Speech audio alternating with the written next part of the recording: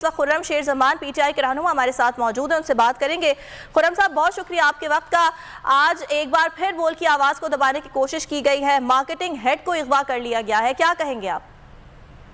دیکھیں، یہ ظلم تو چلتا رہے گا، اب ہمیں سب کو ہمت کرنی پڑے گی، برداشت کرنا پڑے گا، یہ وقت انشاءاللہ تعالی نکل جائے گا۔ ان کا اصل چہرہ عوام کے سامنے جو ہے یہ بے نقاب ہو گئے ہیں، یہ ایکسپوز ہو گئے ہیں۔ عوام نے ان کو دیکھ لیا کہ ان کی پرائرٹیز کیا ہیں۔ ان کی پرائرٹیز یہ ہیں جو سچ اور حق کی آواز اٹھائے گا اس کو بند کر دیں گے، اس چینل کو بند کر دیں گے، ان کے لوگوں کو اٹھائیں گے، ان کی فیملیز کو پریشان کریں گے، سیاسی جماعتوں کے خلاف جو ہیں سیاسی کیسز بنائیں گے۔ عوام کی پرائرٹیز ان کی نہیں ہے کہ عوام مہنگائی میں مر رہی ہے، عوام مہنگائی میں پسی ہوئی ہے، بجلی مہنگی، پیٹرول مہنگا، گیس مہنگا، کھانے پینے کی اشیاء مہنگا، وہ ان کی پرائرٹیز نہیں ہے۔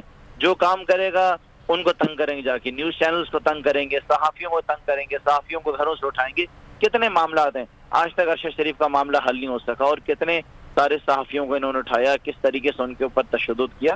میں سخت الفاظ میں مذمت کرتا ہوں اس گرفتاری کی، جو کہ ایک اللیگل اریسٹ ہے، اور میں گزارش کروں گا چیف جسٹس آف پاکستان سے، سپریم کورٹ سے گزارش کروں گا، ان کی سینئر ججز سے گزارش کروں گا کہ اس وقت جو سمپورٹ حکومت کی طرز حکمرانی چل رہی ہے اس کو دیکھا جائے، ان کے خلاف ایکشن لیا جائے، اور ان کو بھی پیغام دینا چاہوں گا کہ اتنا کریں کہ جتنا بعد میں خود برداشت بھی کر سکیں، کیونکہ یہ سب کچھ پھر ان کے ساتھ بھی ہونا ہے، جیسا کریں گے نا، جیسی کرنی ویسی بھرنی۔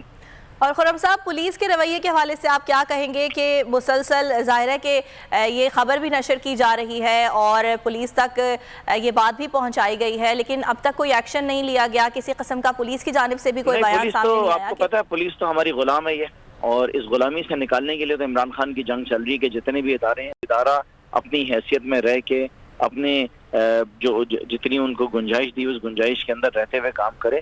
تو پولیس سے تو ہم ایکسپیکٹ کچھ بھی نہیں کر سکتے، لیکن ہاں یہ ضرور میں آپ سے کہوں گا کہ ایک ادارہ آپ کا جو کہ سپریم کورٹ ہے آپ کا، اس سے ضرور ہمیں جو ہے اپنی عدالتوں سے، اپنے آنریبل ججز سے ہمیں ایک امید ہے کہ وہ نظر ثانی کریں گے اور اپنی طاقت کو استعمال کرتے ہوئے ان کے کان ضرور مروڑیں اور ان کو سیدھا کریں۔ تو نظر آ رہا ہے سامنے لکھا ہوا ہے ظلم مٹنے کے لیے دو چیزوں سے مٹے گا بھائی۔ ایک، عدل کی کرسی پہ جو لوگ بیٹھتے ہیں نا، وہ عدل کے حساب سے فیصلے کرنے لگے۔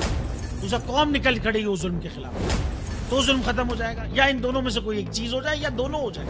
اگر 420 کا مقدمہ تھا، اس وقت عدلیہ میں جو لوگ بیٹھے ہوئے کیس دیکھ رہے تھے وہ پوچھتے نا یار چیٹ ہوا کون ہے؟ جب ان کو دکھتا کوئی چیٹ نہیں ہوا، کیس ختم کر دیتے۔ تو ظالم ظلم کر ہی نہیں پاتا۔ 9 ججز نے نوٹ بیفور کیا میرے کیس کو، یار 1.5 سال چلا، شخصی ضمانت کا کیس، سیم کیس اسلام آباد میں کر دیا۔ ایک ہی الزام پہ 2 کیس ہو نہیں سکتے بھائی، مطلب 60 دن کا وقت ہوتا ہے، 102 دن کے بعد میں جیت گیا، کیس بری ہو گیا، 102 دن کے بعد اپیل فائل کی، ایکسپٹ کر لی، نہیں کرتے نا ایکسپٹ، ختم ہو جاتا نا ظلم یار۔ بھری عدالت میں مجھے بری کر دیا، پھر پتہ نہیں کیا ہوا، 2.5 گھنٹے بعد کا نوٹ بیفور، میں نہیں سنتا یہ کیس، کھڑے رہتے اپنے فیصلے پہ، مٹ جاتا ظلم۔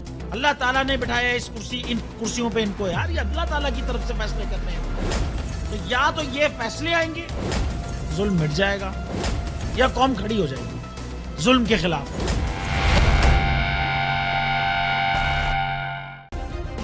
سبسکرائب کریں اور بیل دبائیں تاکہ کوئی خبر رہ نہ جائے۔